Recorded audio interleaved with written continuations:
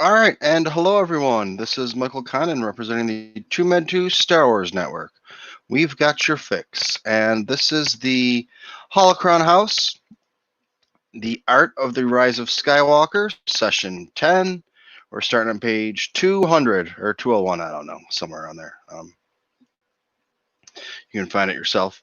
I'm putting the link in the chat if anybody wants to come on here and chat with me about it. I got a new little setup. We're gonna see how it works out. I mean, I guess it's up to you guys. You tell me how it works. I guess compared to how it was before. I got a little stand. Of course, if it's taken away from the picture or whatever, I'm gonna have to move it. Or I mean, you guys tell me. This is all for you. I got the book myself, so. It's going to make it a little bit more difficult to read, but I guess I can move that around because you don't need the full thing. Okay, so far we're joined by, let's see, who do we got in here today so far? Oh, okay. Dale was here. He was firsty. Not sure if he's still here or not. We have Rural Farm Boy.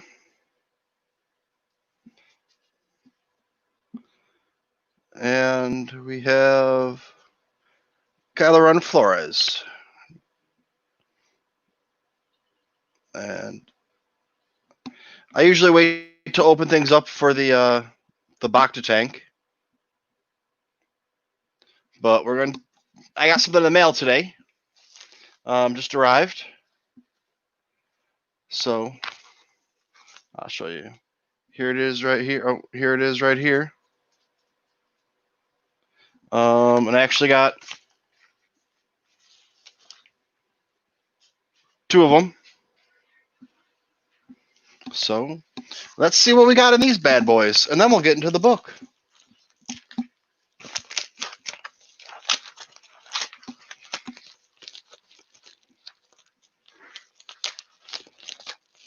I'm building up an arsenal for those of you that don't know.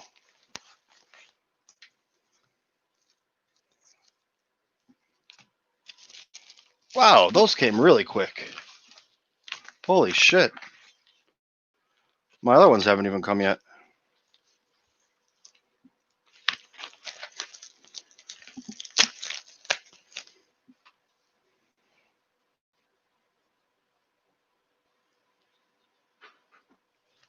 All right, and joining us, we have coming in.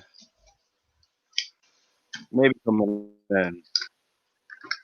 Rural Farm Boy. How you doing, Anthony? Morning. We're with luck in the morning.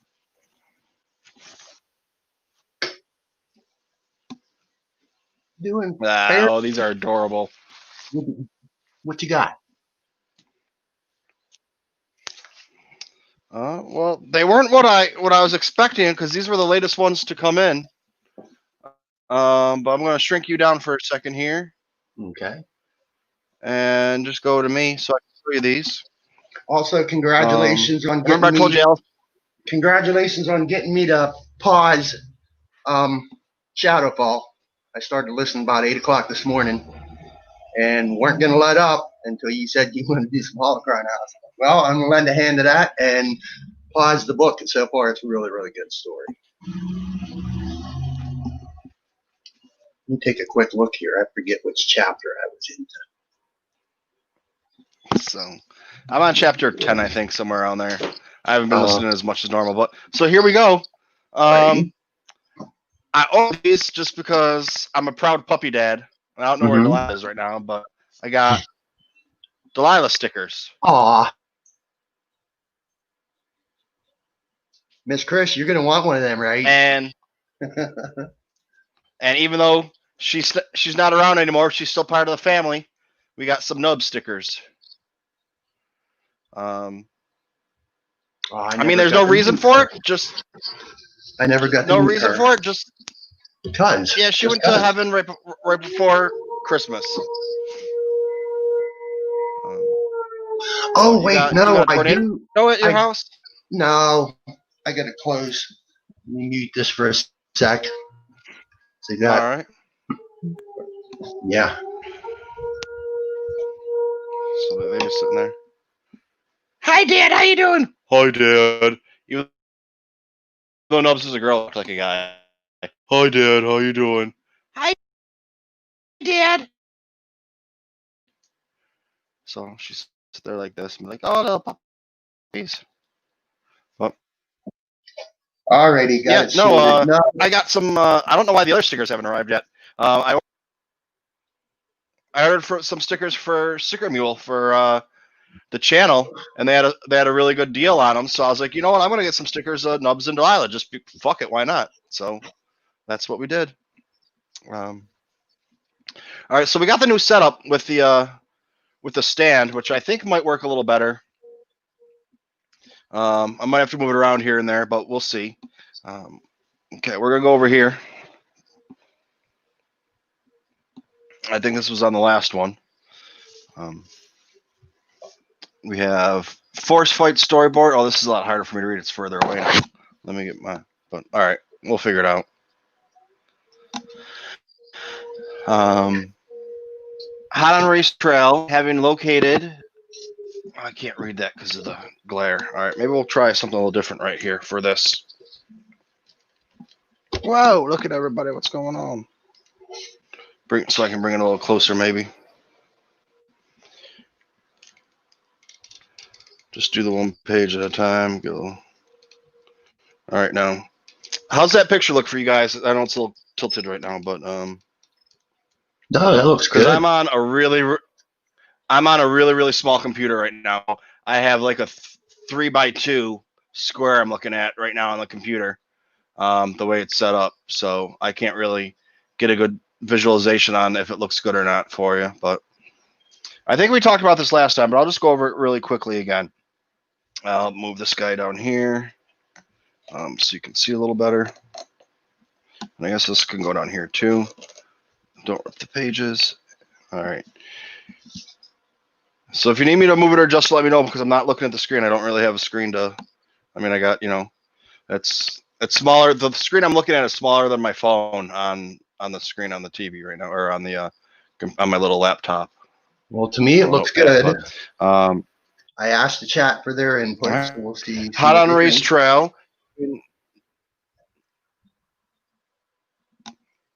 Having located the shipbuilder's home, Kylo Ren, that's not you, Kylo, suddenly reached out to her through the Force, connecting as they did throughout The Last Jedi, realizing that Kylo had murdered her old confidant. Rey battles him through the Force, her friends, and the Spice Runners, only seeing her half the lightsaber duel. Kylo's jagged blade slices through hoses and cables, slung engines, creating deadly swinging obstacles in Rey's path. The Force duel would ultimately be relocated to Kylo Ren's White Sanctuary room and the snowy city of Kijimi. And then, so this is up here, the storyboard we have for that. Then down over here, we have this top one is, Force Fight Storyboard A by DiMaggio. This one over here is Kylo Ren Fight Vision number 2 by Elsman. In February 2018, Art Department meeting co-production designer Rick Carter described the Force duel between Rey and Kylo Ren as a dance, taking place in a MC Escher-like path of crisscrossing stairwells and invoking the timeless Errol Flynn, Basil Rathbone, sword fights on the steps of Nottingham Castle, and the adventures of Robin Hood, as well as the treacherous vertically of Mount Rushmore at the end of Alfred Hitchcock's North by Northwest. So a couple things really quick. We actually talked about this quite a bit last week. What the fuck? I can't even talk right now.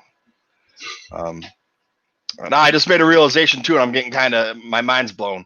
But Kijimi Blade, yeah. we talked about how they said it was switched to the sanitized light room. We had a conversation about that the last Holocron house. Yeah. Holocron house, and then we talked about it at depth, I believe, myself and Patrick, Gana 136, later on in the septic tank. Yeah, that was some good listening. That was some really good listening. That was one of the things that carried over. Yeah, so my glass, I have 20/20 vision. So when I wear my glasses because I have astigmatism, which I never knew I had until I had eye care insurance and got my glasses for free. And went and got a test because before that everything was fine because I have 20/20 vision. It's just I have just astigmatism. But sitting here trying to read this from, I don't know, I'm probably about 2 feet away the way I have it set up. It's really hard to read. I don't know if it's me or if I need to go get my eyes checked again. But I mean, it is kind of small print. But anyways, yeah. So you wear your glasses for reading purposes? Yeah. Me too. But it's like right now I don't have them on. And it doesn't make a difference. It doesn't make a difference size-wise with them because I have with my glasses. I have without my it does make a little difference. Without my glasses, I have 20/20 vision. With them, I have I think 10/10 or 10/15. But it makes a glare on the book when I'm wearing them, so that's why I wasn't wearing them right now. But all right, so we'll get over to this page if anybody wants to read along. Excuse me.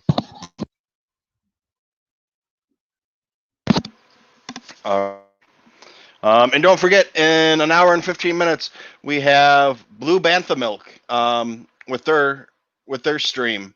They're premiering today, and they had Shannon from Postcards from Galaxy's Edge on.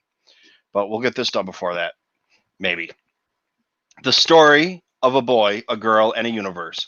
On May 4th, 2018, with only 3 months of The Rise of Skywalker pre-production remaining before the start of principal photography, director J.J. Abrams met with co-production designer Rick Carter and Kevin Jenkins to review the current state of upcoming set builds. The majority of the Rise of Skywalker sets would accompany the relatively new stages 1 through 4 at the Roger Moore stage across Pinewood Road from the bulk of Pinewood Studios' backlots and stages. The Lucasfilm art department and administrative offices would soon relocate across Pinewood Road to the new Carrie Fisher building, named in honor of the late Star Wars actor. Abrams appraised the latest did not know that. Tabletop foam. Go ahead. See? I frickin' tell you guys, art makes you smart. What is it? Tune in, tune on, drop out. Isn't that the old saying there? What's that, Mr. Farm Boy? Tune in.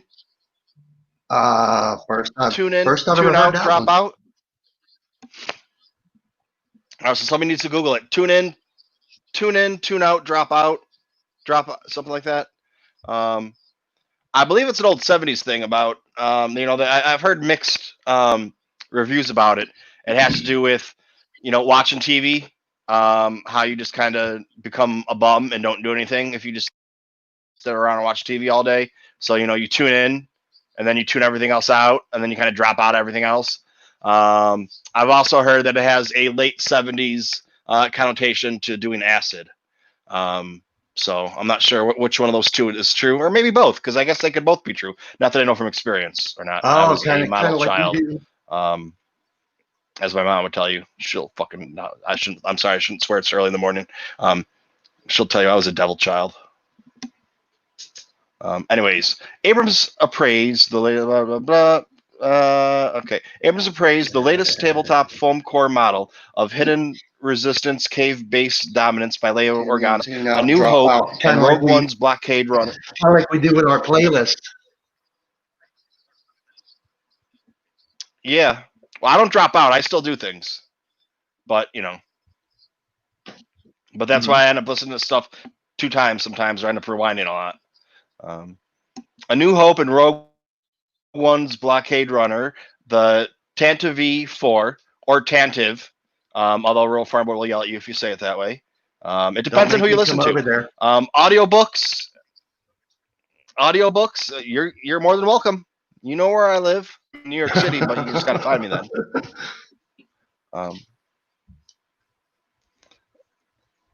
Later in May, construction would begin on the massive set, filling nearly every inch of the Roger Moore stage, aka Stage 5's 39,000 square feet. The Vexus Snake Tunnel set was discussed at the site of its eventual construction, Stage 2, as was the colorful set decoration. Excuse me. Edit that out, somebody. Oh, wait, no, this is live. Shit. For the interior of Lando Calrissian's tread vehicle. The latest model of the bayou and surrounding gnarled trees where the Oracle emerges was also appraised. The Oracle sequence has been cut from the movie. Creature Department Supervisor Neil Scanlon remembered, so we stopped working on it for 4 weeks, and then suddenly we found out through the grapevine that it was back in the movie. Thankful the scene would not shoot until January 2019. Now, with that being said, we've seen the things that can be done with the volume. So with the things that can be done with the volume, a lot of this isn't necessary anymore. I mean, you need to do a little bit to get some, live action, and I don't know if you'd be able to do the entire. I mean, I don't know. It's also new in what we've been shown.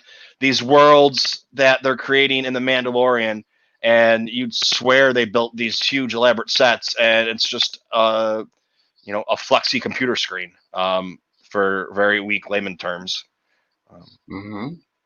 So who knows how much they're really going to need these big sets for anymore. I mean, obviously, if you're putting hundreds of people in one spot with a bunch of extras, you're going to need the sound stages with things built around them. But your character is just going on, a few people fighting. You don't need to build these stages anymore.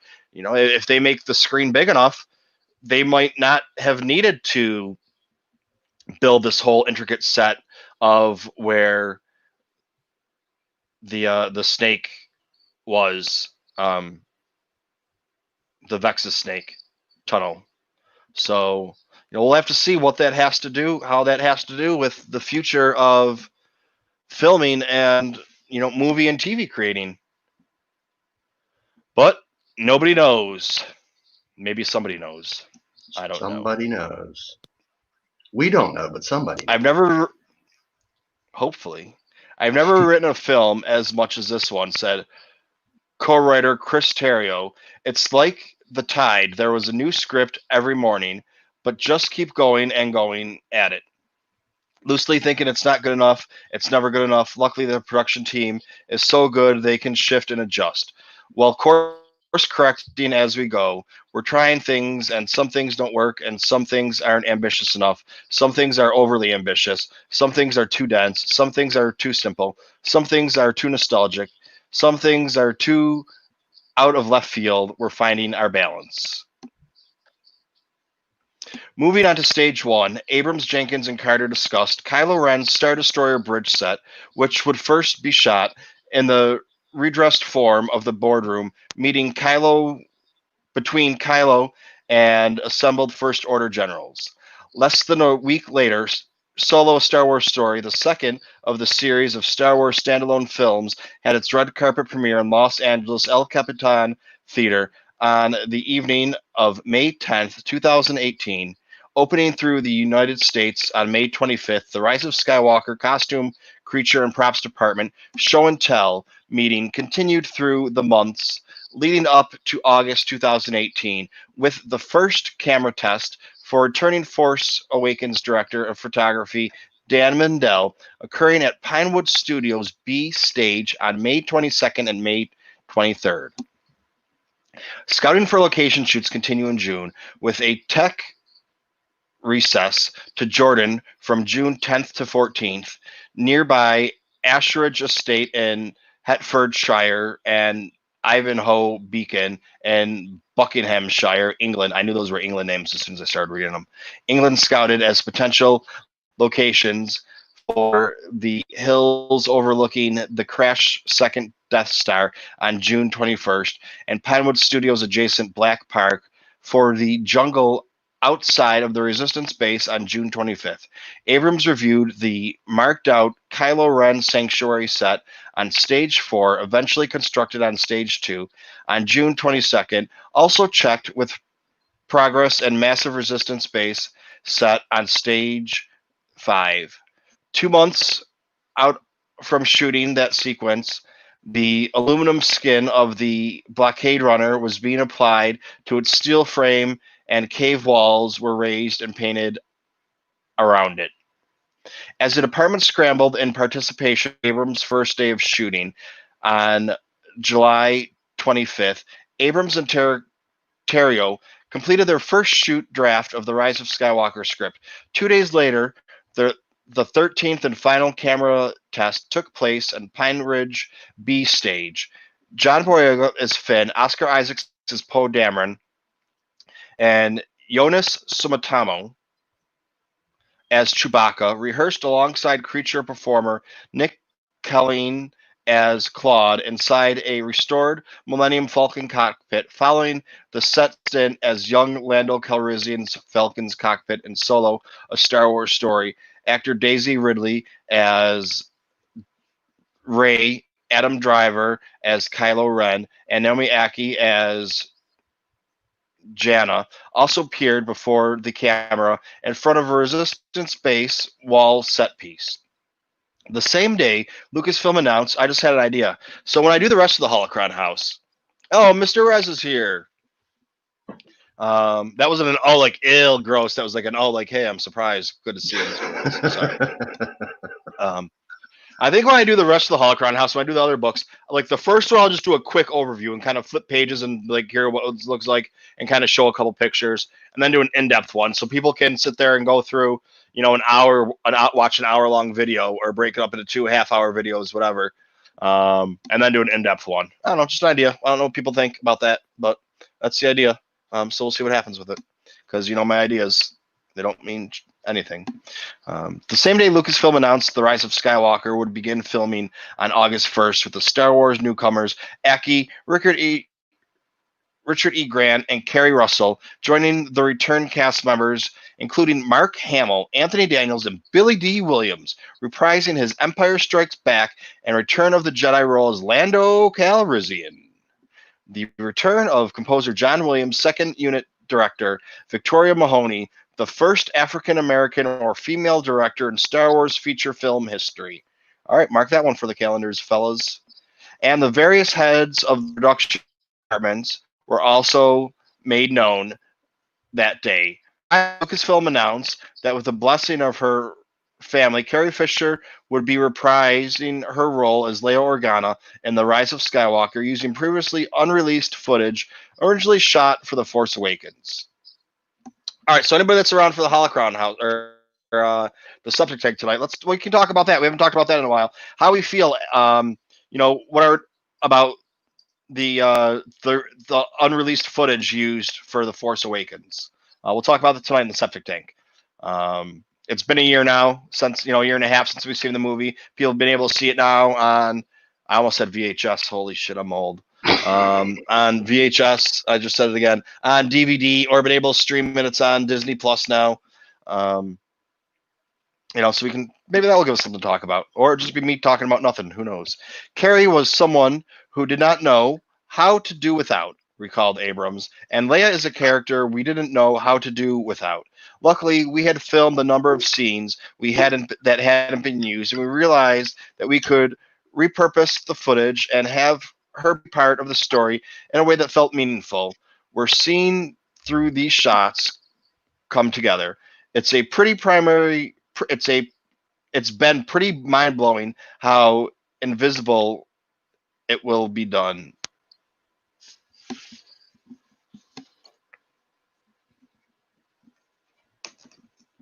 I don't know if Mr. Resinold is still here. Maybe he just popped in to say hello. Okay, now, since I don't have a lot to read, we can put it back kind of how it was, I guess. Not like that, though. There's Rez. He's right there. Oh. All right. Oh, sure. He says hi to you, but not me.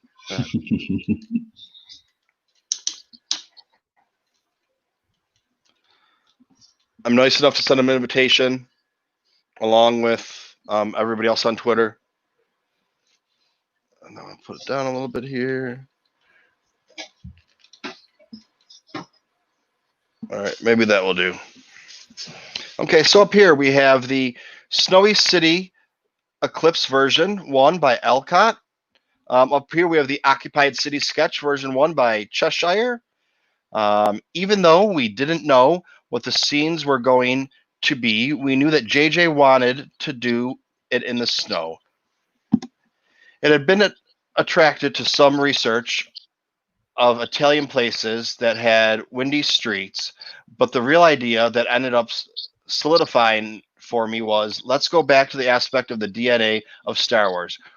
Where can you go? There's always Macquarie, but this is more Carousa, and the Hidden Fortress. I know I'm saying that name wrong. The stone walls that go up. We basically created a Carousa set and Premisim when you walk in. I don't know these words. Kurosawa.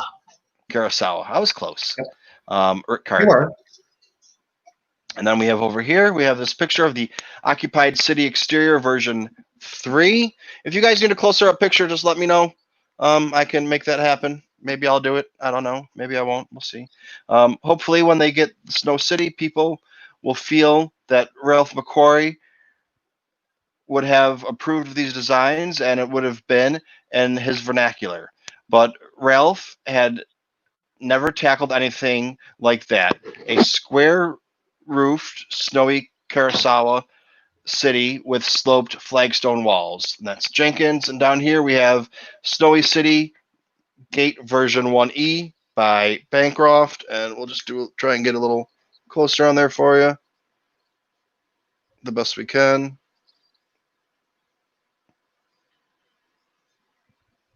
I'll get you a nice one on this one right here. Or nicer, I should say. All right, there you go on that. Nice. I mean, it looks like out of a Norman Rockwell horror painting. I didn't know Norman Rockwell did horror paintings. Well, he doesn't, but if he did, this is what it would look like. Agreed. Snow City Paint Over version 8 by Wallen. And then down here, we got this guy over here. We're looking at Snow City Roof Sketch version 1 by Cheshire. The Asian influence comes from the Kurosawa tribute. We had pictures of Kodo with all these stacked roofs, but there were Star Wars things that needed to be added to the buildings. The McQuarrie brand around the top, the windows as almost 2 pills predominantly off the band, and the round door.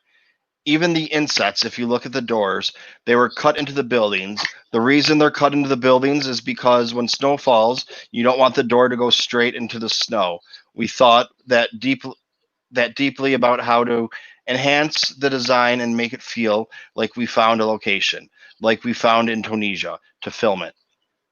The hardest bit to design were those roofs. I can't tell anyone how long it took because I always said to JJ, the danger is we will end up with Santa roofs in Switzerland. Everyone avoids square roofs in Star Wars. They were purely designed as a model that was reiterated on. We had to look all the time and go, what makes it Star Wars? It's unusual, but hopefully it doesn't draw attention to itself in Star Wars, but just sits there quietly. You don't notice it. It's not trying too hard. Jenkins. So in RFP, what I was thinking about yesterday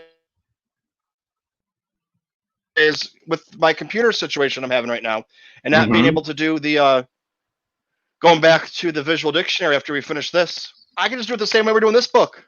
Mm-hmm. Absolutely. Page by page. The other one I had, on Kindle, I had it on screen.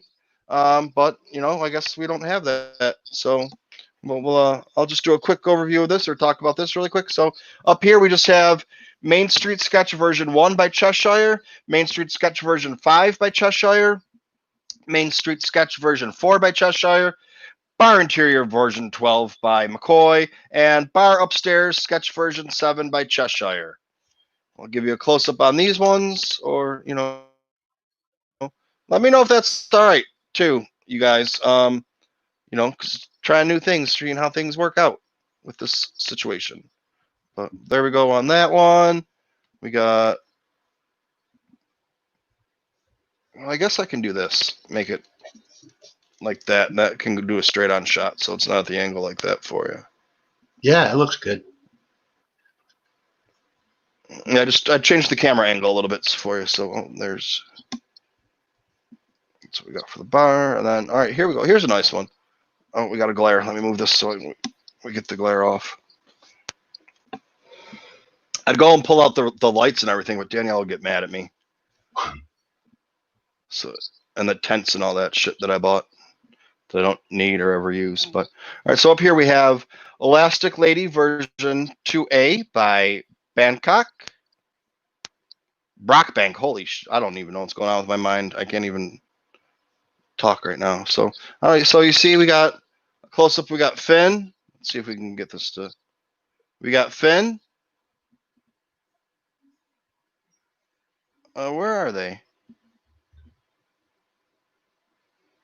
Oh, they're at the Elastic Lady. Okay. And this is the soup kitchen that they're at. Finn and Poe. Got some aliens. Okay. See how that goes. I'm supposing that it's on Kijimi, or was to be on Kijimi. I'm guessing so. They showed Kijimi, because then we go over to this one over here, and we have Droid Workshop. Oh, all right. We got the Droid Workshop exterior, 1 by Cheshire and McCoy. Then we have, get down there. We have the corner scene version 2B by Brockbank. Oh, I'm missing that again. I'm going to go back to this.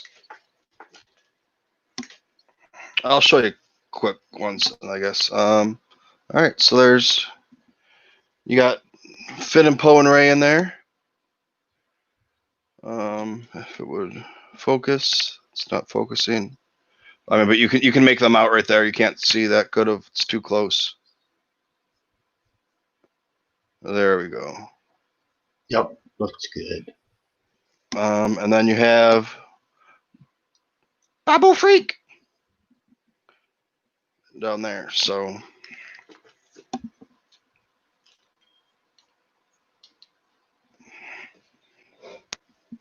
okay, so this one up here is the Droid Trolley Bench version 6C. Over here, I'm sorry. That's by Brockbank. I found this wonderful picture of this waved wall with cables in it, which was an old power station or something, I thought. Well, there's a graphic of the room right there as he's crocodile equipped the power in the city by stripping the wall back, powering this mad little world he's got with all these droid bits in there. But the set was approved by setting up big foam blocks, making it out to be 1-to-1 scale, and taking JJ down to it, I got Rosemary Brandenburg to hang all the bits of cardboard droid legs from the ceiling. There's a massive tribute to John Williams in there. For every film that he's ever done, a soundtrack on Rosemary Brandenburg in set deck has made Star Wars Vision Jenkins. And over here is Chop Shop version 2 by Brockbank. Oh my God, dude. I'm going to stop talking. I don't know what the hell's wrong with me today. All right, I'm going to stop talking. Somebody else take over. That'd be real good. All right, so here we go. We got by McCoy. You can see that right there. That one's really dark. Ooh, very dark. Yeah, it is. These are all very dark down here.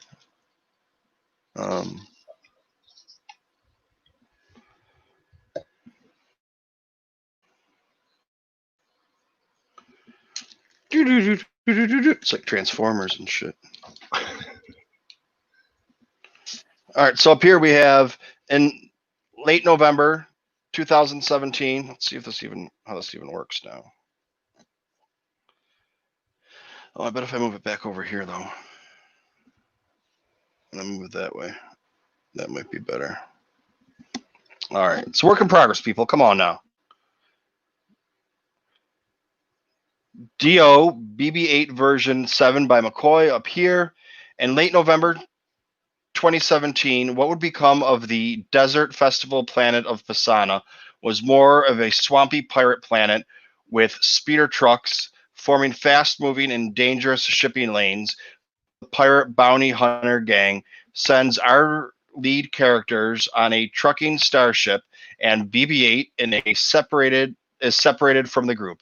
He ends up strapped in a cage, crammed with broken droids, befriending a dying droid who sacrifices himself to BB-8 to escape. Aspects of this scene would morph into BB-8 meeting a powering up Dio inside of Achi's ship, which took place in Babu Frick's Droid Workshop in an early iteration of the story. This is just a Droid Jail version 5, Droid version 9, and 8, all by Alsman. That we see there. Okay, we'll get over here now.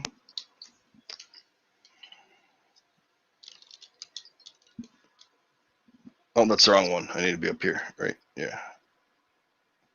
That's just kind of some shadows. See some people in jail, some shadows. Got that over there. Same one. Another one. Get a little closer on there so you can see a little what's going on that one. Then down here on this one, a lot of Poe and Finn on here. Not a lot of other characters though. Oh my God!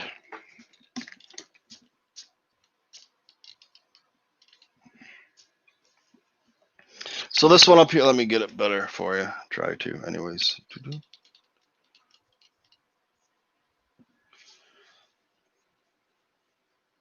So up here we have Tunnel Sketch version 2 by Cheshire. Instead of escaping through the sewers, they are now on the rooftops and see searching droids, as JJ called them. Zori says to Poe, "They're coming," and now they escape through the streets. This one's just Tunnel version Sketch 1. Sewer Exit version 3 by Brockbank. And then down here we have City Gates version 1C by Brockbank. At one point, the tripod walker was destroyed in the city. I think it's just going to be cool piece of gack. Random bits of technological detail that walks past. It's the middle of being designed. Adding a third leg to a walker is really hard. Jenkins.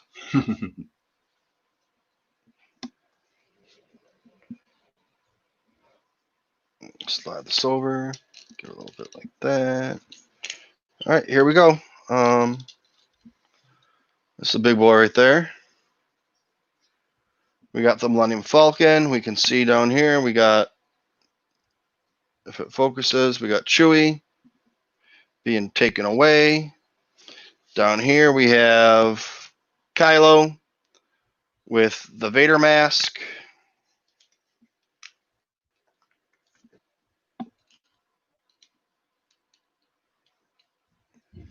All right, so up here we just have Chewbacca Capture version 4, Cheshire and Baines. And down here we have Kylo Snowy version 4 by Alsman. That was a quick little couple pages.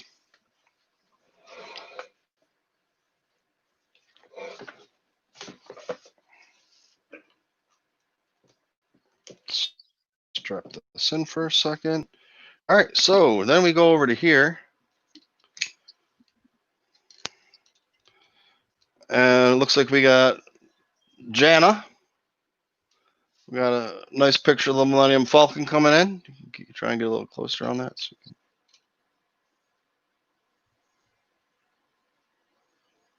There it is, crystal clear. Ah, and then the camera lost it.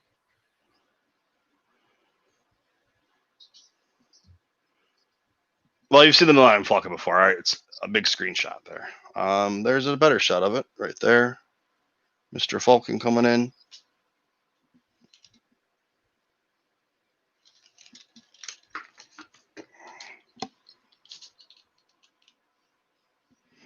Okay, so this over here, you have Jana Broken Falcon version 6 by McCoy. We shot an Ivanhoe beacon putting a scar in the ground for where the Falcon crashes, but the rest of it is going to have to be in digitally. Okay, you can see here. I don't know how well you can see it. Oh, shit. I just destroyed everything. You can see the scar in there where it crashed. And that's what this is over here too. So the Falcon wasn't, I looked at this completely wrong. I looked at the Falcon flying this way. The Falcon came in and crashed here and spun around, and that's where it ended up, facing that way. So, yeah, Falcon Landing Scar version 4, Falcon Landing version 1, and Hut Sketch version 4A. This is by Zavala, and this is by McCoy, and this is by McCoy, and this is McCoy and Baines down here. And then we got over here on this side.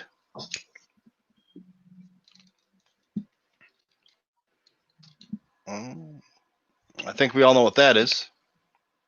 That is Kylo Ren looking at the wreckage of the Death Star number 2.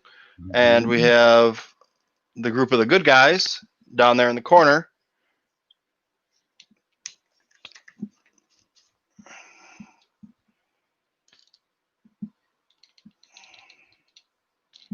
And if I have to put pillows over there, otherwise I get a big glare. And Danielle gets really pissed if I forget to take them down when I'm done recording. Come on. All right, so here we go. Up here for this picture, one of the images from every beginning of The Force Awakens was Doug Chiang's painting, as seen on page 53 of Abrams' book, The Art of Star Wars, The Force Awakens. Someone remember that, so when we go over that book someday, 53, right in your calendar. I don't know where your calendar is going to help, but okay. What happens in the second Death Star is, if it fell to Earth, what context would it be? Would it be out in the desert? Would it be in the snow? Would it be in the water? Then we started playing with it. Well, what if you just went to and explored it underwater? That became part of what is now known in this movie, Rick Carter. So this is the trench version, number 1 by Dassault. Here we have the Death Star shared version 10 by McCoy. And on this next page, we're going to have a twofer coming up. And it's going to be the Death Star Black Sun version 3A by Jenkins and Baines. Black Sun version. Oh, whoa. So we got a big in on that one. We're going to have to pull this out. I'm going to pull it out for you. So that's what we got right there. Okay, that's the one page. That's the other page. And down here you can see what looks like it might be Rey going to on that skiff boat or whatever the hell they called it. So yeah, that's what we got.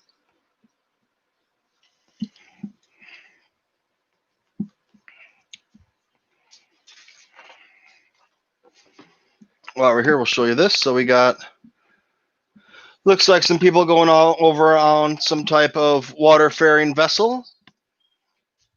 Another version of a water-faring vessel for y'all. And we got something right there.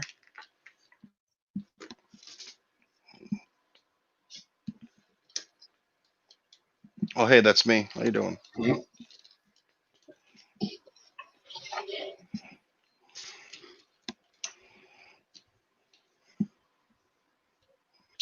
it up a little bit. Okay, how's that look? Looks A little good. closer. Looking good.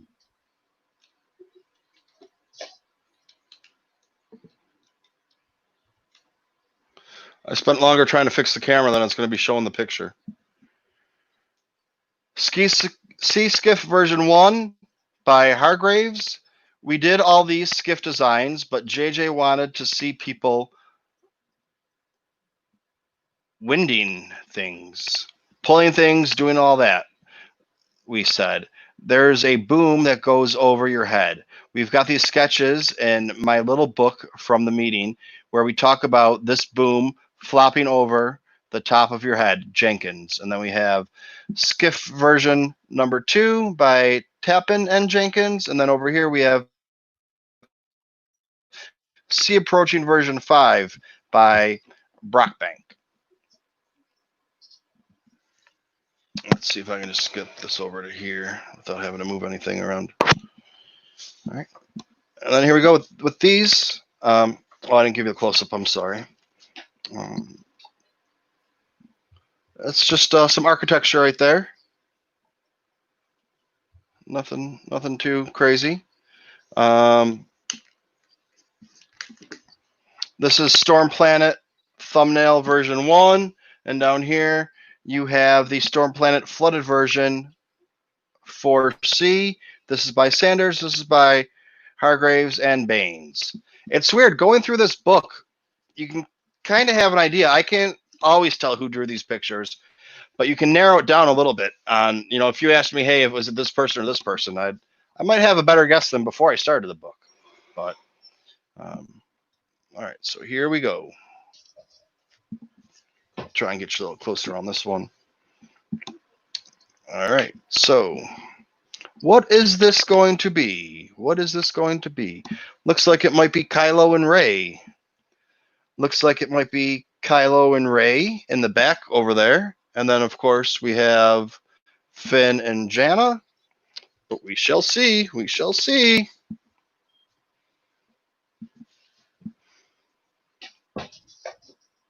All right, for this picture up here, Rick Carter always loved the... Let's see if I can get that glare to go away for me a little bit. I'm putting this down. Rick Carter always loved the imagery of the Death Star. I personally was very worried about going back there. I was thinking, oh God, not another Death Star. A lot of people thought that. And that was me, my commentary, that's not in the words. And I felt like that was until we made the sets. I think we're really owning it by making something that you'd like to visit. The reference and the inspiration was the Titanic, and it's all covered in water and encrusted in rust. There's a haunted house. It's like discovering the Titanic, even in painting the sets. We've gone for the what if the Titanic wasn't underwater vibe. It doesn't matter that it's not always underwater. Who knows what's happening in this chunk that's fallen into the sea? It has its own look again, which is really good. I was very worried because it was another wreck that might look like Jakku. So we've waited. So we've tried very hard to make it its own place, Jenkins. So up here we have Corridor version 9, and this is Corridor version 11, both by Wallen.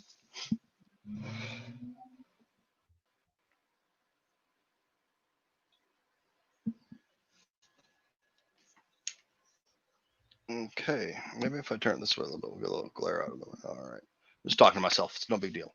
It's perfect. Yeah, I see no glare. So we got some pictures over here. Looks good. We got some pictures up over there. And we got something over there. These are just Rey through Death Star Beats version 1 by Alcott and Death Star Interior version 1C by Sanders, Baines, and Amy Carter.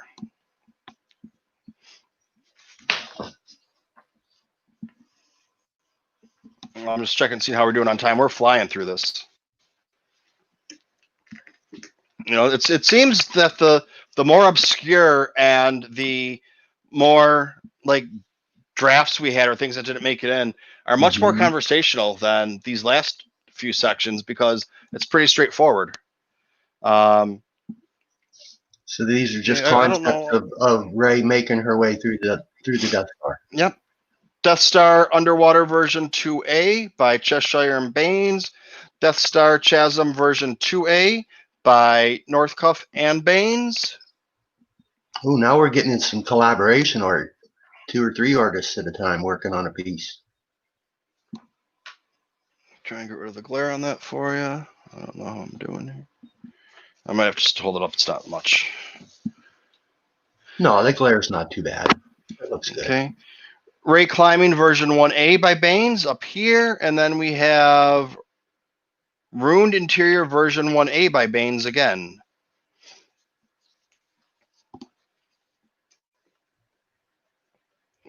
Strap these guys on. Well, now we're going to get into the fight.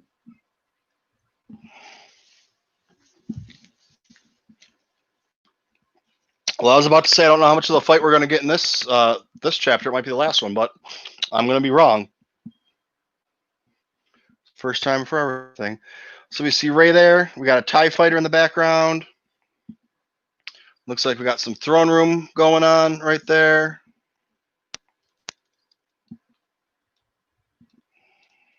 I don't know what that is. And we got the fight. Rural Farm Boy called it to start with.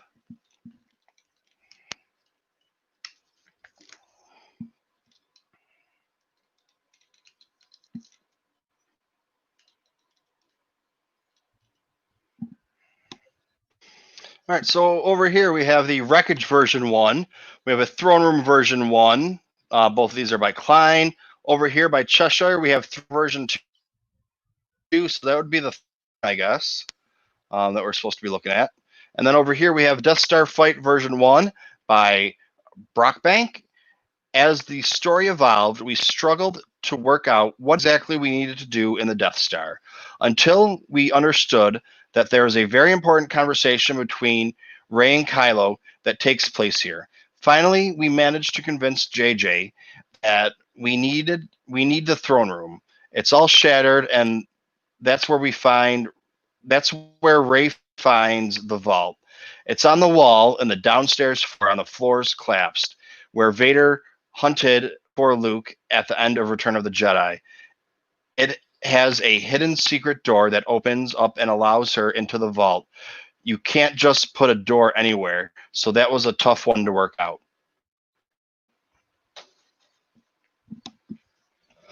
Okay, here we go. We got some more art. We also got company. How do, Pete? Pete, who's Pete?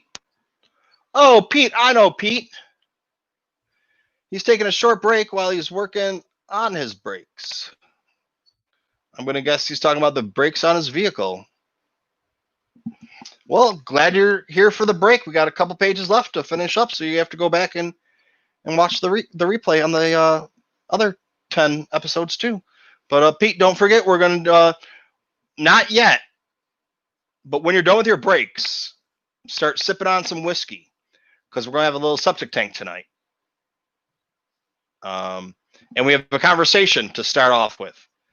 So, or at least one to come up. Usually it's just kind of, we're going to talk about whatever, but here we got a little something. But okay, so up here,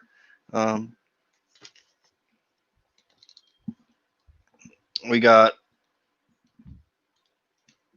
looks like Darth Maul. I don't know who drew that. He's got a red head, I think. Yeah, it does look that way, don't it? Ray, look at Ray. She's a beast, man. That ain't no Mary Sue right there, no.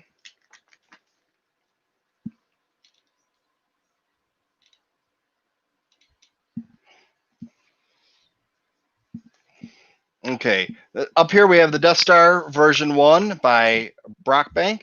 I'm really excited that the lightsaber fight ended up in the elemental environment, because we tried different versions of that scene with swinging TIE fighters and stuff, but it was pared down so that we leave the throne room and just go straight out to this jetty where there's been waves crashing, and it becomes very like Wagnerian and operatic. And it's just the two of them, their bodies, the sabers and the elements, and all these gadgets and gizmos have fallen away. Terrio. And down here we have Jump Fight version 1. We are firing millions of gallons of water up into the air in the middle of their fight on the Death Star surface. It came from a lovely abstract image that John McCoy did when we were looking for how to place this fight. JJ said there could be between the waves. I thought they were going to say between worlds. I was like, son of a. That could be between the waves, and then started to picture this fight. The jetty that they are on and has Joe Johnson Death Star titles from Star Wars. There's 8 of them there in a row, 20 by 20 feet, all made up with extra GAC. And GAC, Pete, since you just joined us a little bit late, GAC is a technical term for just a bunch of stuff left over. I just learned that a couple pages ago.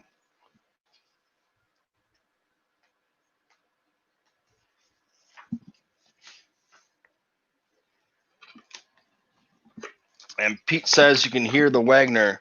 He can hear the Wagner in his head while he's looking at this epicness. I mean, these are great paintings. Like I don't know why they don't make some more. Take more art. I got a book of posters that I still need to go through. Now that I can't play video games until I get my real computer back, and I'm using this baby computer that I love. It's doing very well for me. Keep going, baby computer. But yeah, they should make like posters of these. Put them up on your wall and frame that shit. Goink. See, I don't have the Goink machine. Pete, I need you to come on here, and anytime you think I'm going to swear, just Goink me. So just do like 4 or 5 every minute, and we should be good. So we have a factory ring version 1 over here.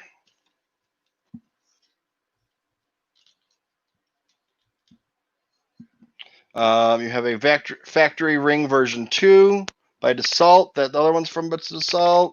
This one over here is Star Destroyer factory version 1 by Dassault. These are all by Dassault. All right. There you go.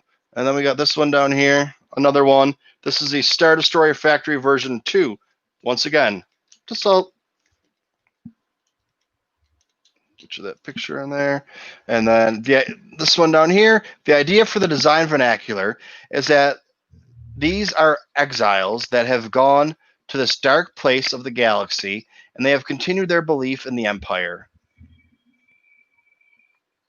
I just had to go look and see. Oh, I don't know what's going on there. You can't. Okay. I mean, I guess. Oh, I wasn't even really paying that much attention. Over here, you can see this is them building. Mm-hmm. Building Star Destroyers. Okay.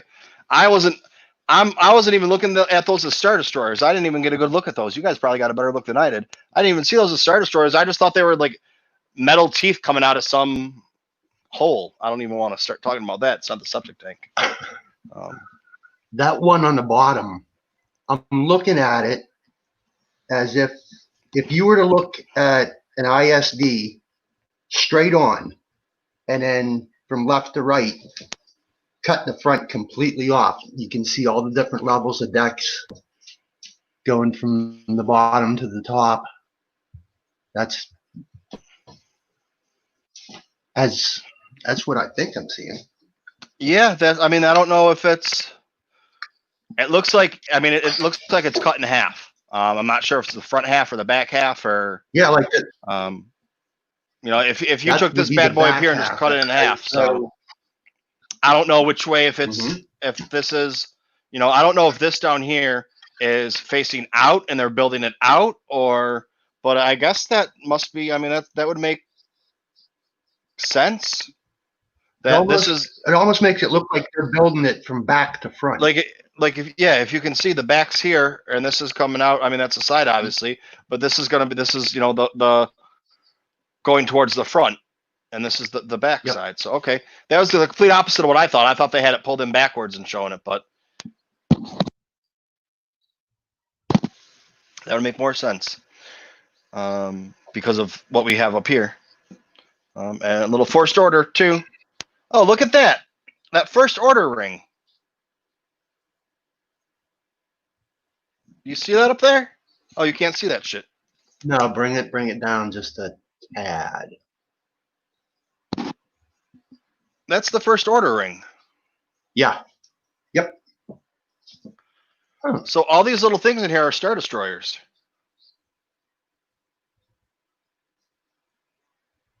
Oh, These wow.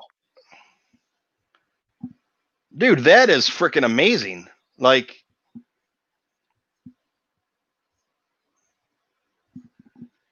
how I don't know. I'm kind of like, did it just happen to be like that? Is it? I think that's just pretty cool. I mean, this is that. Did they make this off of that? You know, did they look at this and say, "Hey, this is our design we have. Why is that the design?" Or, you know, is maybe some of the stuff we've heard in the past. Pete just said, "What?" I don't know if I can share that. He I don't also want to start losing he shit also on gonked here. you too. Yeah, He gonked you. gonk. But Pete, with that, said, "What?" I think I'm gonna have to take a picture of this, and put that on there and do a little, you know what I mean? Because that's pretty amazing. I haven't seen anybody talk about that yet or bring that up. I mean, doesn't mean it is. You know, the Star Wars world's kind of big, so yeah, that's pretty. You know, I don't think it's coincidental either. They done it for a reason. They done it. Yeah. So there's topic 2 to talk about today. If we think that's that, or what that really is, or how it came about, and then Leia a year later. All right. So, Pete, make sure you stop by tonight. We're gonna have a fun time for at least a little while. I don't know if we're gonna go that long, but all right. Kylo Ren, Hangar version 8, and you can see that's a lot of people's. A lot of people's we didn't see. And I know I've told the story before. The Funko Pop for this guy was a San Diego Comic-Con exclusive. And so it cost whatever it was, 18, 20 bucks, 12 bucks to buy at San Diego Comic-Con. People were turning around as soon as they walked out with them, selling for $150. And I was like, I ain't buying that shit for $150. I'm going to wait. I was like, maybe I'll do 75 for it, which is still kind of a lot. Oh, let me, we have Kylo Hangar version 8 by Wallen and Kylo Hangar version 1 by Ellsman and Klein. See, like, this is a sweet ass picture, dude. Like, these art books are awesome.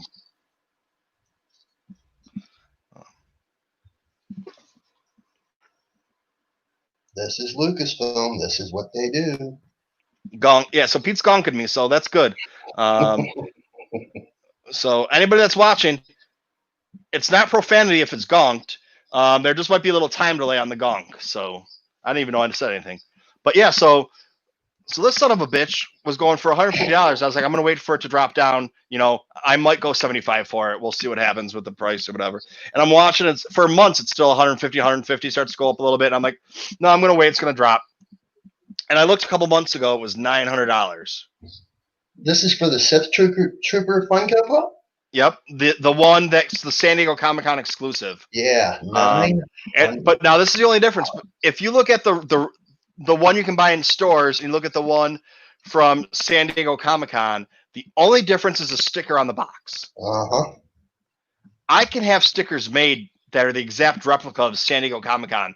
So buy all those sons of bitches for $15, $20 and turn around and sell them for $1,000, $2,000. And no one's ever going to know because there's no difference on the box. There's no difference on the stamp on the Funko Pop itself, where you get like so Amazon right now has I don't know a lot about Funko Pops because I don't collect Funko Pops, but there is an Amazon exclusive Mandalorian where he's all chrome. And Amazon puts it up and it sells out in minutes because you buy it on Amazon for $12 and you can find them on eBay for $20, $30, $40, $50, whatever it is. So people are making their money that way. They haven't gotten too expensive yet. But there's an older version that came out. It's the exact same pop almost, but it's a little bit more chromed out, it looks like. And it came out through a different store was selling it about 3 or 4 months before Amazon got it. And that one's about $400 or $500, I think. That's just a little bit rich for my blood. But who am I to judge? People are, I'm gonna someday have a vinyl cape Jawa, and that's gonna cost me $2 or $3 grand. So, to each their own. What you want to spend your money on? Some people will go on vacation and look at pictures afterwards and have memories. Some people have Funko Pops to stare at. I choose both, so I'm not going to spend $1,000 on a Funko Pop. I'd rather have that be my first-class plane ticket somewhere, or regular plane ticket and a nicer hotel. I don't know. I'm just going to leave this up here.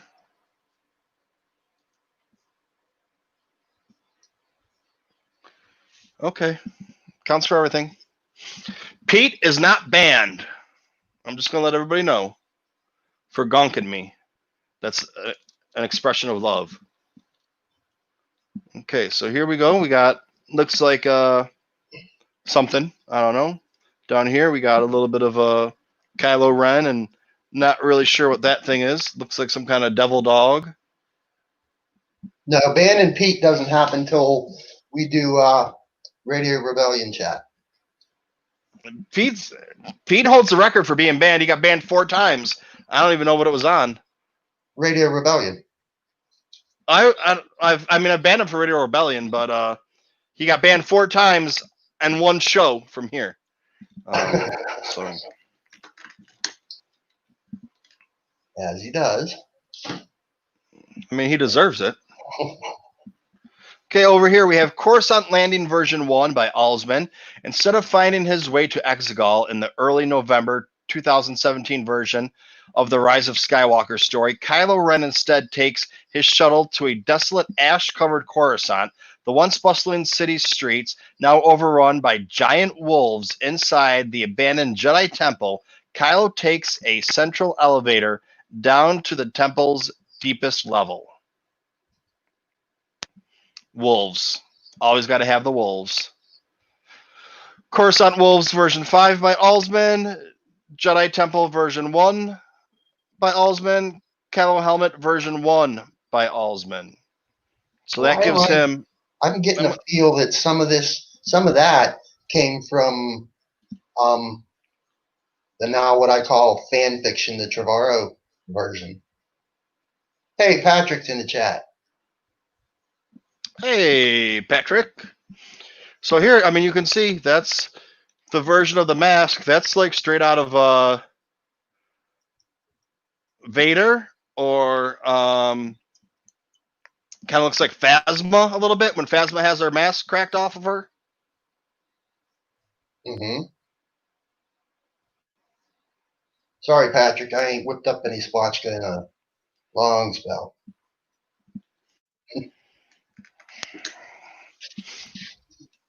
We used to say gin makes you sin. There was an article in the Buffalo News, I don't know how long ago it was, probably 30 years ago. Some guy went on a fucking rampage and went and like killed some people and shit like that. And he blamed it because he was drinking gin. And his quote was, "Gin makes you sin." Well, or he's just from Buffalo. They're kind of crazy up there. Or maybe Spotchka makes you sin. We don't know. There hasn't been enough evidence done yet. But all right, so try and get this for you here. Oh, did I? Oh, yeah, I talked about that.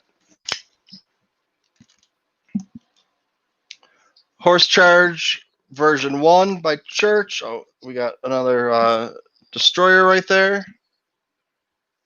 It looks like we got a little battle going on right here in the middle part. And we got some action. Ooh, they made this the ore box in that picture up above look more like father ears.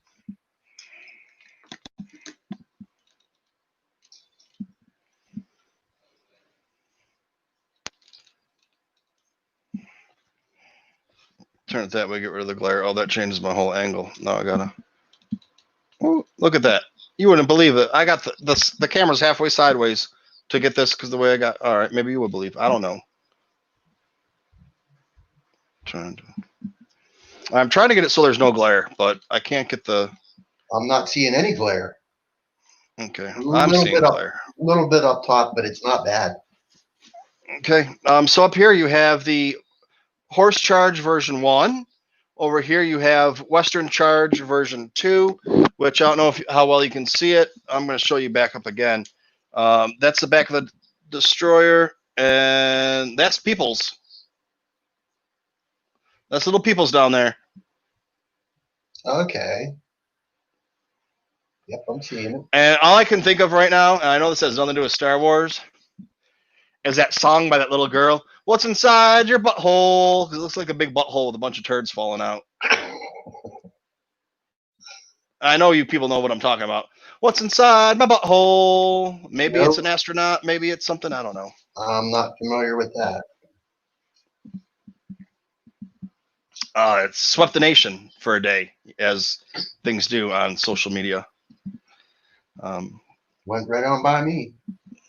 Okay, right over here we have the Horse Charge version 4. Instead of having the horses interact with the set, we have a 6-degree angled surface that indicates the side slope of the Star Destroyer. Then we're faking it by having a run in front of the horses, and we're building another lip so you feel like they're still interacting with the Star Destroyer. That's a cheat. They came from the work that Rick Carter and I did on Warhorse, making sure that you had these very flat roads hidden among all of the craters and trenches, Jenkins. And down here we have Cardington Star Destroyer version 1 by McCoy. Pete's off and away, man. Force be with you, buddy. And Dale just showed up. All right, Pete, we'll see you tonight, 10 o'clock. So before you turn the page, that version 4, am I seeing father ears and not four backs? I'm seeing long ears. You are seeing... They look like father ears. You are seeing... I'm trying to find a good picture of one here.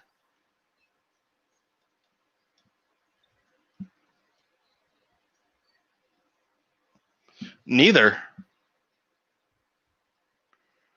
They look like they just kind of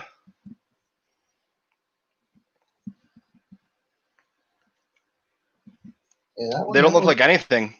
No? They look like in between. I mean, they look closer to what we have in the Rise, but don't really look like the horses that we see.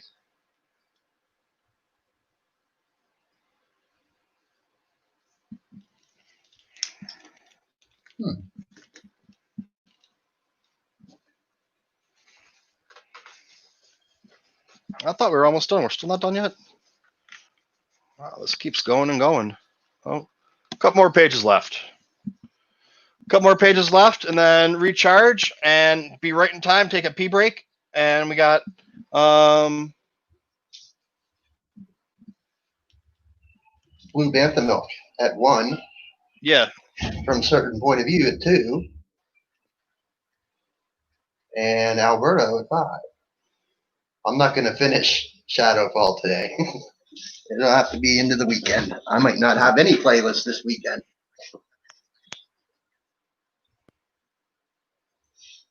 Yeah, I deleted a bunch off my playlist today just because I know I'm not going to get to them. And it's sorry, friends, but you can't do everything every time. Mm-hmm.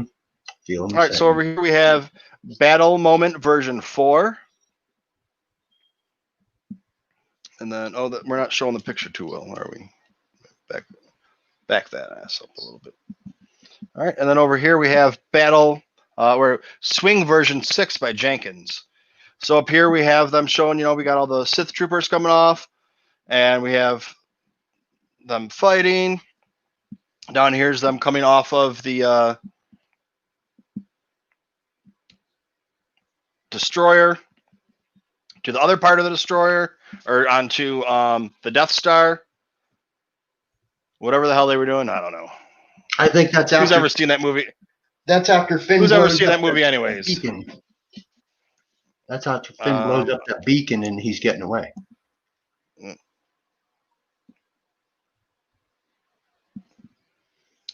So we got. Oh, I can't see. I got a glare on my side. So, we got Finn there. It's kind of hard to see, but that is Finn. He's the badass in that picture. Yeah, it looks Check like it he out. made it. Looks like he made it inboard on that destroyer. So here we go. We got Finn coming in, breaking through the window. It looks like you can see the glass falling down. He's coming through. He's firing on these dudes. This son of a bitch just sitting there drinking his coffee, drinking his caffeine, just chilling. He don't care what's going on. He's on his lunch break. Do whatever you gotta do, bro. And here we got Finn looking, whatever how Finn looks. But so we got. I'm gonna just hold this back really instead of attaching it. We got the window crash version 1 by Elsman, bridge version 2 by Brock Blank.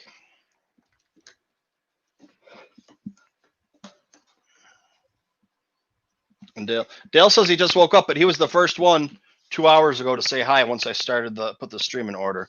I saw. I'm just gonna do a quick like this. We don't have a lot to talk about or write about, I guess I should say. This is the Battle version 1B by Klein and Jenkins.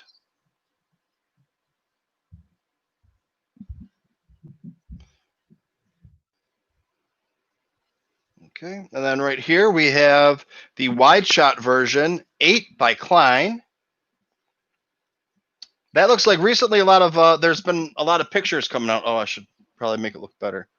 A lot of pictures coming out showing things like this because of Squadrons coming out soon. I might have to steal that and use that for Star Destroyer Saturday with Jeff in the Twitter. Well, I'll take a good picture of it and I'll send it to you. Remind me later on. Okay, and here we have Battle version Klein and Jenkins. And then, I've never done a Star Destroyer Saturday. Maybe I'll do one today. I'm going to send you this picture to use, Anthony. This one over here. Maybe I'll use this bad boy. That's a cool one. Looking out the window. Can you imagine looking out your cockpit? Oh, in an X-Wing or whatever you're in?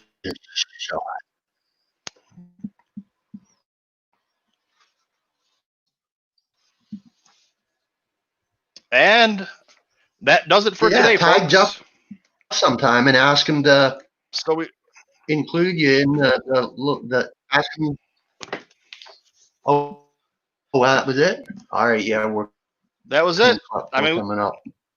We got one chapter left after this. So I don't know if I said it yet today, and if I didn't, but I'm going to say it again. This is brought to you by the Patreons. I have a Patreon. You go to patreon.com/TooMedToo. And I'm in the middle of working on some tiers to put up there to give you guys some goodies, even though, I mean, I guess, 20 live streams a week isn't enough, or a month isn't enough for you. So we've got some goodie tiers going up on there, and we'll see what happens with it. Those patrons are Rural Farm Boy, Mr. Rez, Kylo Customs, Kylo Ren Flores, and Chris from Kentucky. Go ahead and join, help support. I just had to get RAM and a drive for my real computer, which is now in the shop and is going to be in the shop for a while. So I'm using my little baby computer. So that's why things, for me, they seem weird because, my screen's a lot different and all that jazz. But whatever, man. We're coming at my friends hard and fast, like always. Faster, more intense. We got it figured out for at least for now. So I wasn't sure. I was gonna have to shell out a bunch of money. Because like I was saying yesterday, this is my therapy. This is what I do. I talk to my friends instead of just looking through the book myself. I talk with you all about it and see what you got to say. I would have known Pete was working on his car today, taking a break from his breaks. Which maybe Pete's on a break from a break. I don't know. Maybe he's just really lazy today. I'm not really sure. Maybe I interpreted it completely wrong. But with that, I say good day. May the force be with you. Always. Thank you, everybody, for stopping by. And it takes a lot longer for this computer to catch up to me. So I hit the end button. I hit the end button. Now it's not ending anybody. Now I'm blocking somebody. I don't know